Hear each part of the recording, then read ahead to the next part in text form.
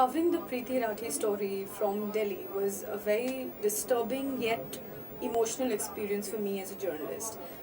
As soon as the body was brought to Delhi, the family was there, and you could see that they were angry. They were angry that there has been a shoddy investigation, what they called a shoddy investigation. They were angry that it had been a month, and so far the Mumbai police or the GRP, the government railway police, which was investigating the case initially, was not able to give them any concrete answers as to who was the culprit, who was the person who threw that bottle of acid on their daughter, which turned out to be fatal for her. They were angry. So they decided that even though they had met R.R. Patil in Mumbai, they will come out on the streets of Delhi and they will cause a traffic jam. That was their solution, probably to make their voices heard. And then we saw this group of around 200 men and women, along with the family members, who were marching towards the Sindhu border, and they wanted to make their voices heard. They were angry, they were frustrated, you could see it on their faces, they were crying, and yet they were out on the streets.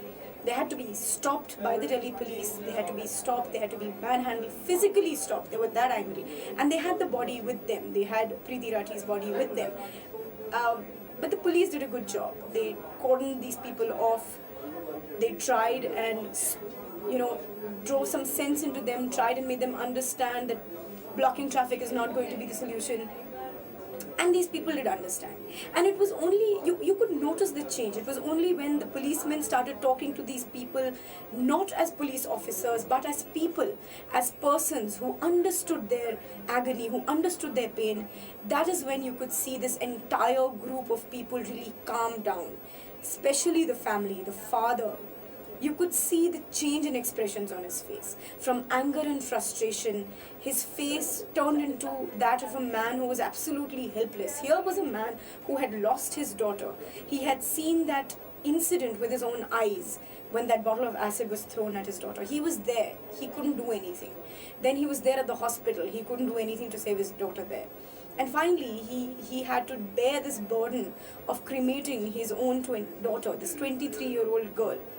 So, it was, as a journalist, there are some times when you're covering a story and you know you have to be a reporter, you know you have to report the facts, you know you have to be neutral, but you can't help but be human at such times and notice that ultimately human beings are emotional beings and they understand the language of emotion. It was when the Delhi police struck that chord with them that you could see them mellow down. And after that, it was very smooth. The cremation happened.